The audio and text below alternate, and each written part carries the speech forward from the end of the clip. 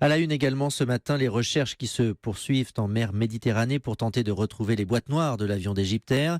Hier, les images des premiers débris ont été diffusées à la télévision. La France participe aux recherches avec un avion de reconnaissance maritime. Une opération délicate. Martin Fenot est l'envoyé spécial d'Europe 1 en Crète. Quand il vole au plus près de la mer, l'appareil est à 30 mètres d'altitude. Sur les écrans radars qui sondent la surface de l'eau, tout un tas d'objets flottants apparaissent. Kevin, le coordinateur tactique de l'avion, reconnaît qu'il est compliqué de distinguer les débris. Ça peut être des formes un peu polygonales, de couleur blanche, voire des fois un petit peu vert, bleu, qui ressembleraient à des débris. Maintenant, c'est très difficile de dire d'où ils proviennent. Il y a des navires, par exemple marchands, qui vont perdre un peu de leur contenu.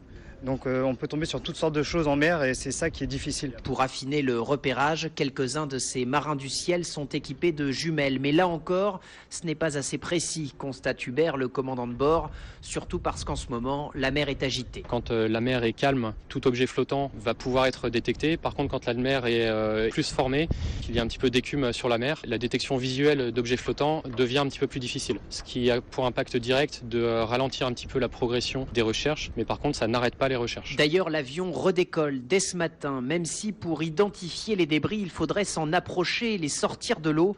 Mais ça, ce sera la mission du patrouilleur de haute mer. Le navire de guerre français arrivera demain en Grèce. Cagna, Martin Fenot, Europe 1.